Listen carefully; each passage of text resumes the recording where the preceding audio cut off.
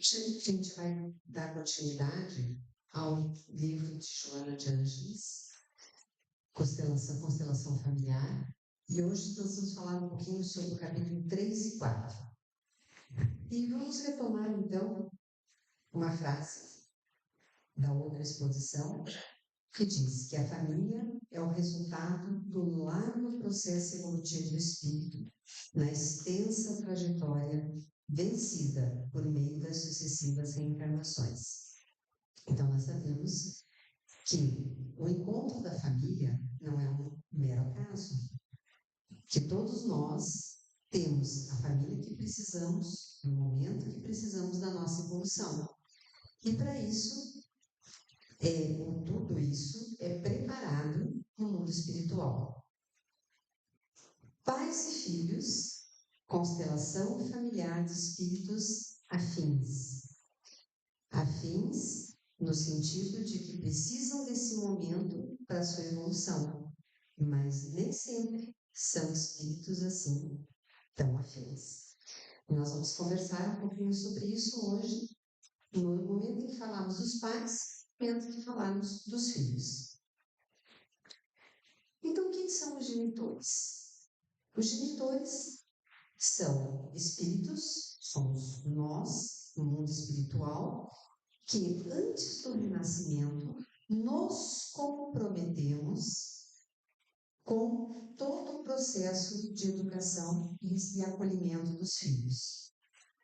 São os genitores que assumem responsabilidade com o futuro de seus filhos e elaboram planos e projetos para o processo evolutivo familiar.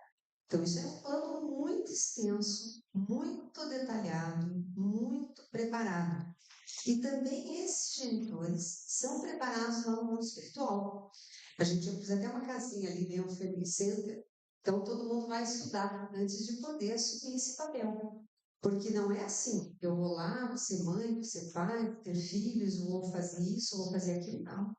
É um planejamento extenso, muito detalhado, porque todos nós juntos temos funções a cumprir. E para que cada um se encaixe e possa fazer o que é necessário que haja conscientização das altas responsabilidades que esses genitores irão, exercer no seu papel de pais. É fácil? Não é. Porque esses genitores, eles estão na seguinte situação.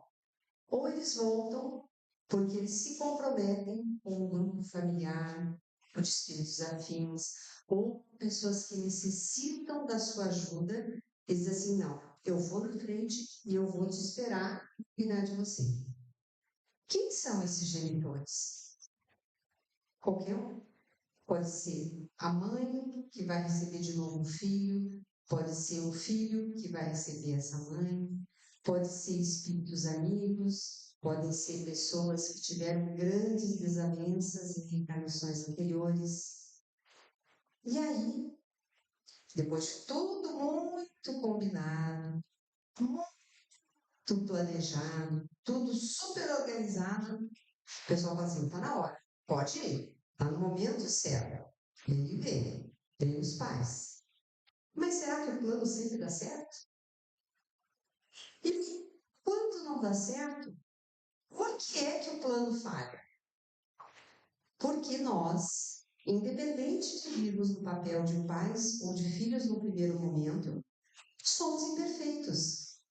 Nós estamos também no processo evolutivo. A gente veio para aprender. Nós não viemos aqui só para ensinar. Porque a hora que nós chegarmos aqui, nós seremos primeiramente filhos, para depois sermos pais. Muitas vezes, dentro do nosso processo reencarnatório, a gente não vem tão equilibrado emocionalmente assim. Vamos encontrar as nossas dificuldades pessoais, porque nós trazemos os nossos defeitos, os nossos problemas, as nossas dificuldades, os nossos desajustes psicológicos. Nós somos sujeitos às paixões, aos vícios que a gente já possuía. Não é porque a gente veio e combinou que vai ser pai, que vai receber um grupo de espíritos, que a gente veio perfeito, não. Pelo contrário. Nós estamos vindo para aperfeiçoar todo o nosso processo. E muitas vezes nós ainda somos imaturos sexualmente. Ainda temos conflitos e insatisfações que não vão se resolver no plano familiar. Por quê? Porque nós temos um plano individual que também tem que ser cumprido. Então, muitas vezes, as pessoas acabam desfazendo os combinados. Vem tudo certinho. Para aquela programação é para fazer assim, é para fazer essa, não aguento. Não, não dá. Não dá para mim. Não vai ser desse jeito. Eu não aguento esse cara que está aqui comigo. Eu falei que eu vinha, eu ia me comprometer. Tá? É muito difícil eu superar todo o meu egoísmo, todas as minhas dificuldades, ou ele superar as dificuldades dele, né? E a gente sabe que o plano é para nós, não é para um só. Às vezes a gente se precipita nas ações, né? Queremos manter aquela programação, mas aí de repente a gente resolve ir para balada, resolve conhecer outras pessoas, a gente se apaixona por quem não deve, e aquele plano que estava todo organizadinho para ser de um jeito, muda, se transforma. Se antecipam acontecimentos que não eram para ser antecipados. E aí, depois que tudo deu errado, porque lógico, né, não estava no plano, não estava combinado, não era para ser desse jeito, aí que deu errado, a gente vai fazer o quê? Eu não sei resolver os meus problemas.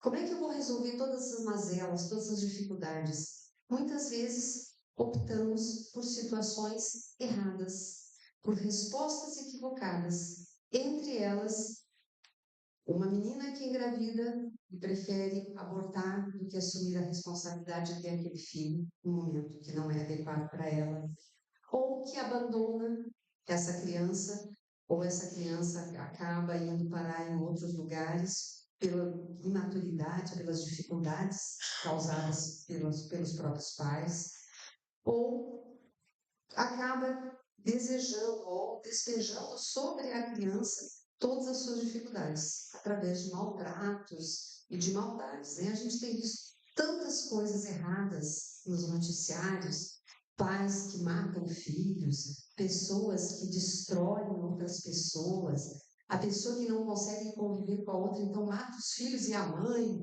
Então vejam que não são poucos os desafios para quem se propõe a montar uma família, a organizar uma família.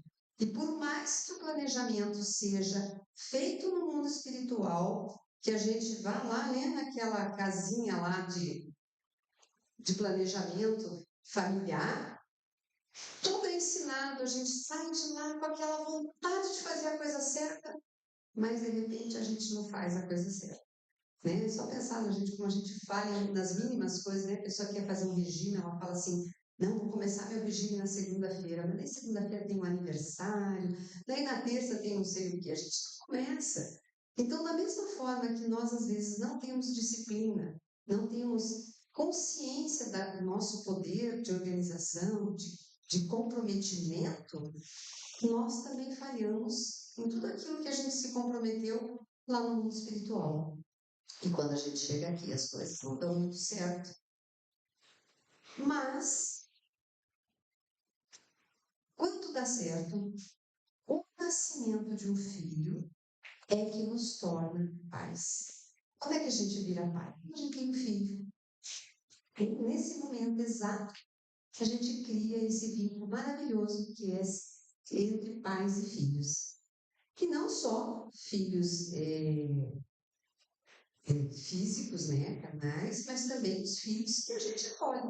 Porque quando eu acolho um filho, eu acabo me transformando num pai ou numa mãe. E isso é um convite da vida a uma mudança dos nossos objetivos existenciais. Porque até você ter um filho, você é dono da sua vida. Você pode chegar a hora que você quiser, acordar a hora que quiser. Às vezes é possível, às vezes não, mas a gente não tem aquela responsabilidade. A partir do momento que você gera um filho, que você acolhe um filho, a sua vida muda. E as suas propostas existenciais também. Porque o maior medo de uma mãe é morrer e deixar os seus filhos. É o maior medo que a gente tem, né? Não é o medo de morrer, não é o medo de desencarnar. Mas e o que vai acontecer com o meu filho se eu for? Quem é que vai cuidar? Quem é que vai cuidar do jeito que eu cuido? Quem é que vai amar do jeito que eu amo? Olha que impressionante que é isso. O vínculo que se estabelece entre pais e filhos a partir do momento em que a família se organiza e ela consegue realmente dar continuidade ao plano inicial que foi feito no mundo espiritual. Sendo assim, a maternidade vai exigir mudança de hábitos, renúncias pessoais, às vezes se renuncia a uma profissão, se renuncia a momentos de prazer, se renuncia a sono, né? Ao cansaço, porque quem vem na frente? Os filhos.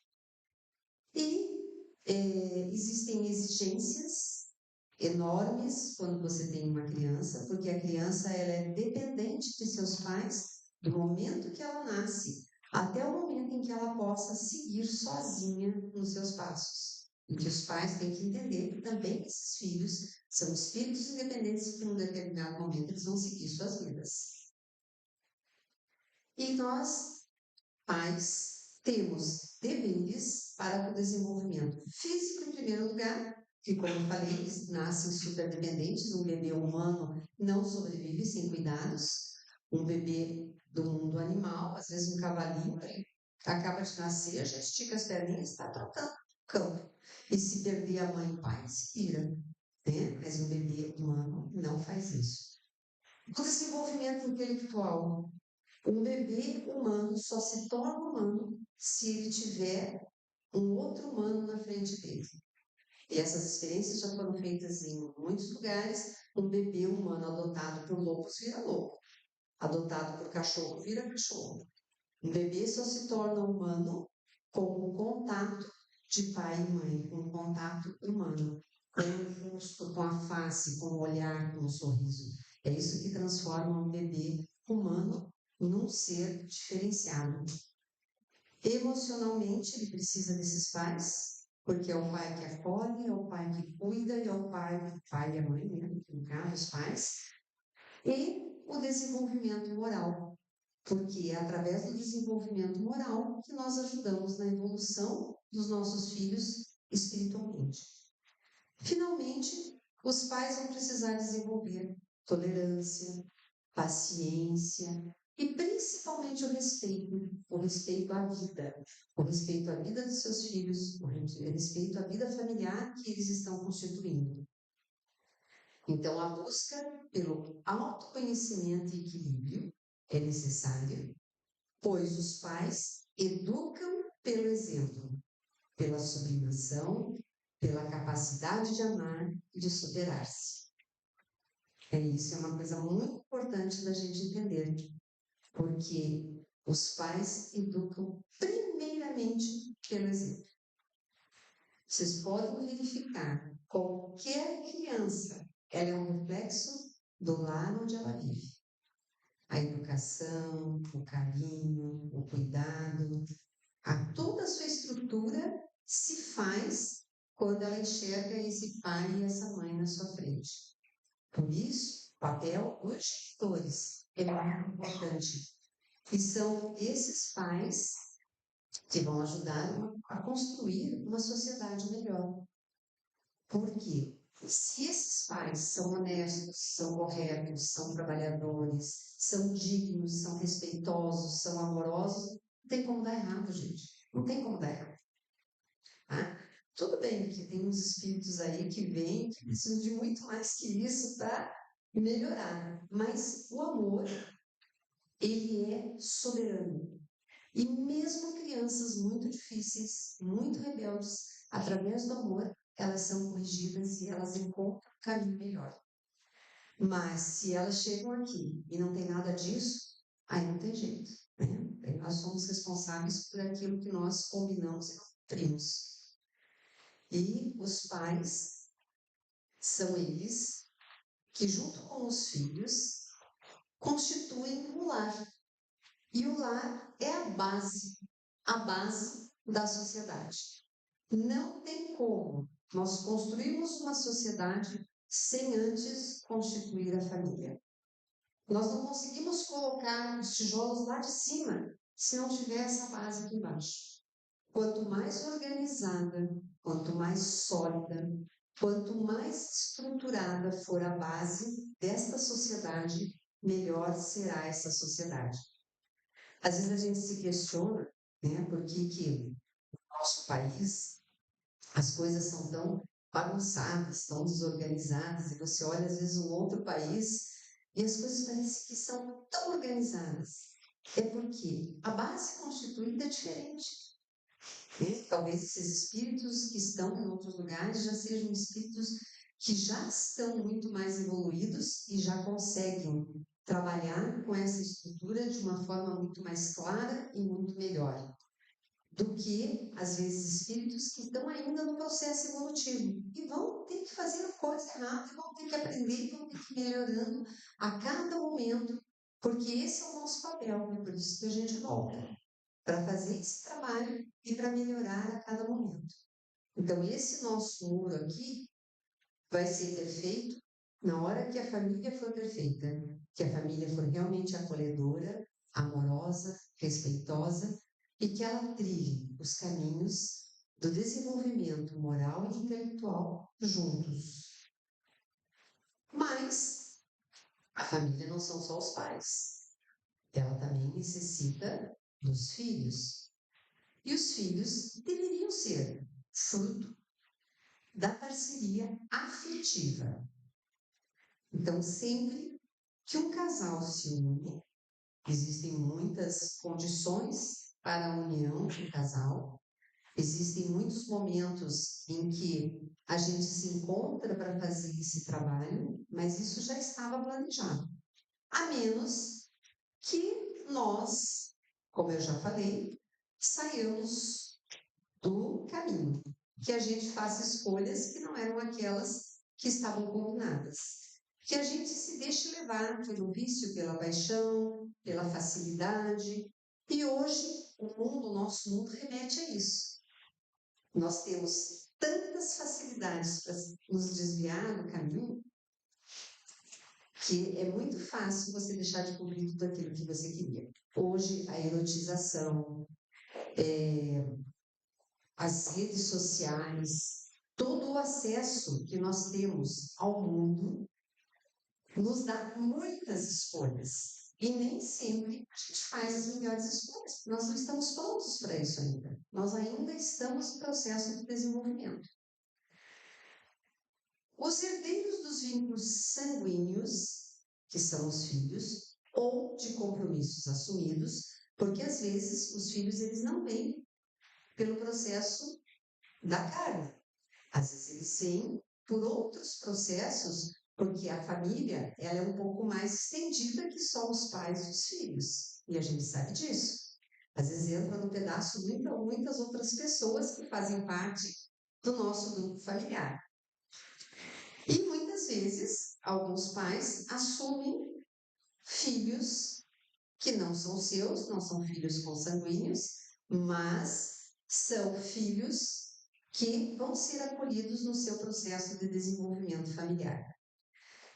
Os filhos fazem parte dos planos reencarnatórios. Quando é traçado um plano, os filhos estão presentes e estão junto com os pais traçando esses planos. Assim como os pais, no momento em que reencarnam, eles não lembram mais o que foi combinado. Aquilo está mais ou menos pré-moldado, mas a gente tem o livre-arbítrio para fazer as nossas escolhas e decidir para que caminhos escolheremos. Muitos filhos trazem afinidades amorosas. São pessoas que já conviveram conosco no passado, em outras encarnações, foram amigos muito queridos, foram pais, foram filhos, foram irmãos, foram pessoas que fizeram parte da nossa afinidade, para o bem e para o mal. Tá? Ou, às vezes, eles retornam para reparar compromissos que foram muito perturbadores. Vêm para resgatar coisas que não ficaram boas nas outras encarnações.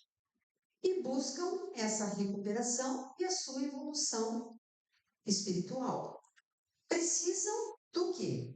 De cuidados, como a gente falou. O filho, primeiramente, ele precisa dos cuidados físicos, precisa de orientação, porque eles vêm como crianças dependentes para serem orientados. E a orientação familiar, ela traça o caminho que essa criança vai percorrer. E ela vai precisar de bons exemplos para que seu processo seja realmente de evolução.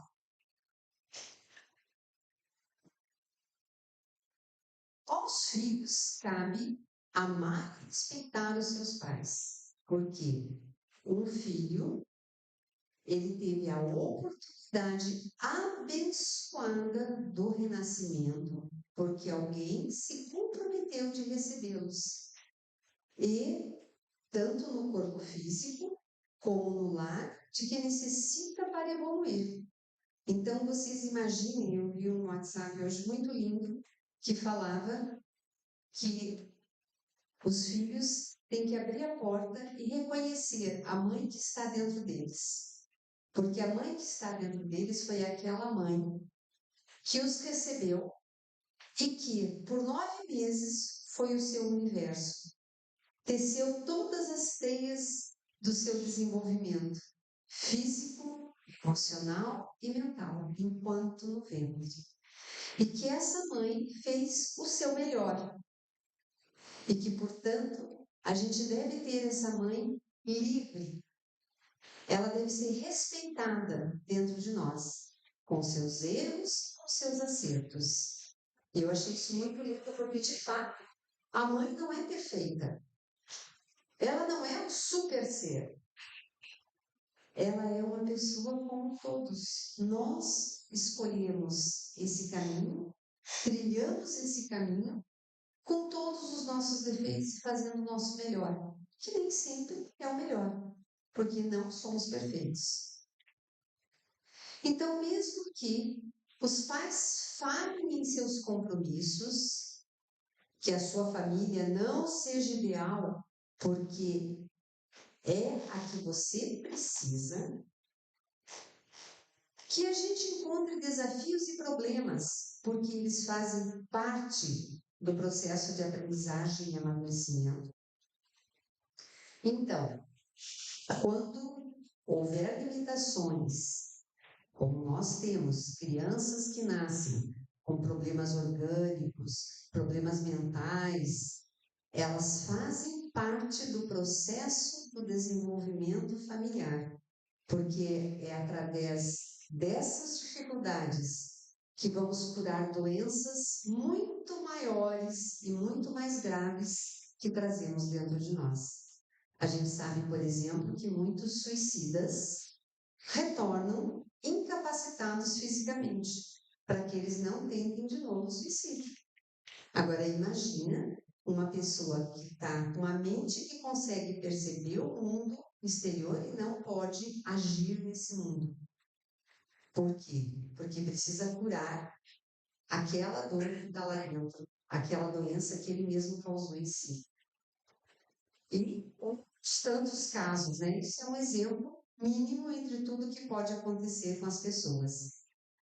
E aqueles que são abençoados com saúde, com harmonia física, emocional e mental, que recebem um lar maravilhoso, mas que muitas vezes são desafiados para manter os compromissos que assumiram, porque o mundo puxa, o mundo nos carrega para aquilo que é mais fácil, para aquilo que é mais bonito, para aquilo que parece muito bacana, que no fundo não é. Haja visto, por exemplo, as drogas, né? Todo mundo fala assim que droga é uma coisa ruim, mas a pessoa que usa droga, ela se sente super bem. Porque ela dá uma satisfação no momento que a pessoa usa. E o que é isso? Isso é o chamado do mundo. Ele está dizendo, não vai dar nada isso aí, não. Vai usando. E assim a pessoa acaba fugindo dos seus compromissos assumidos.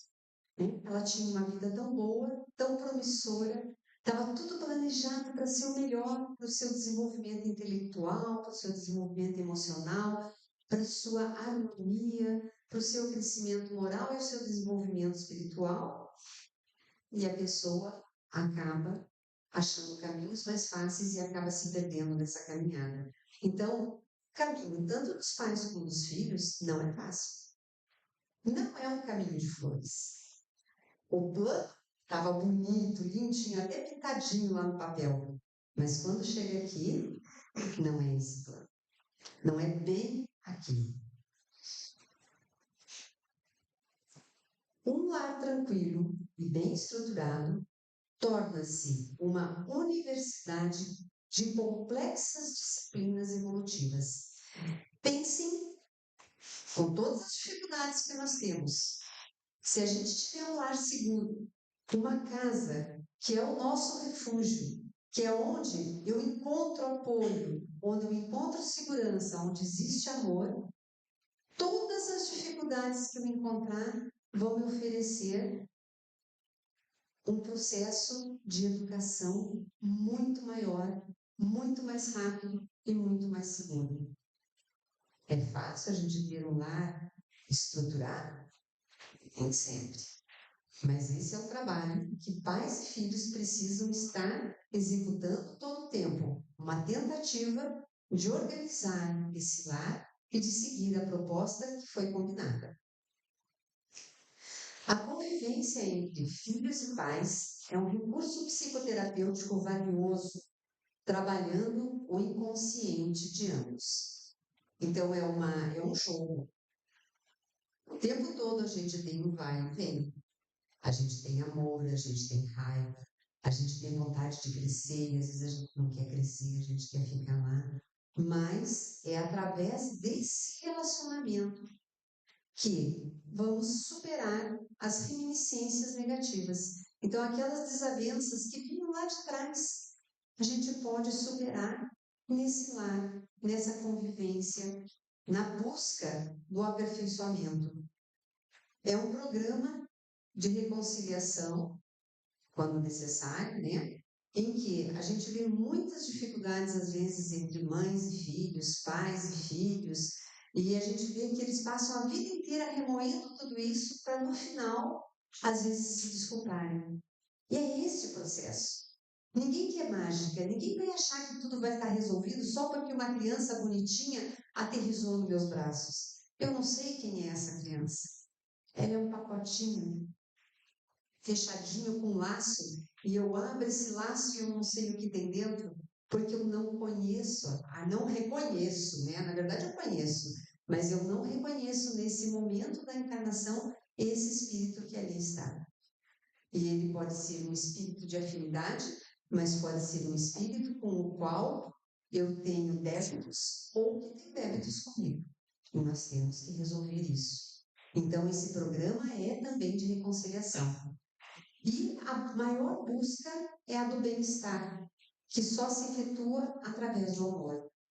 Então, é o amor, aquele propagado por Jesus, o amor incondicional, o amor de fazer ao próximo o que queres que faça a ti mesmo, né?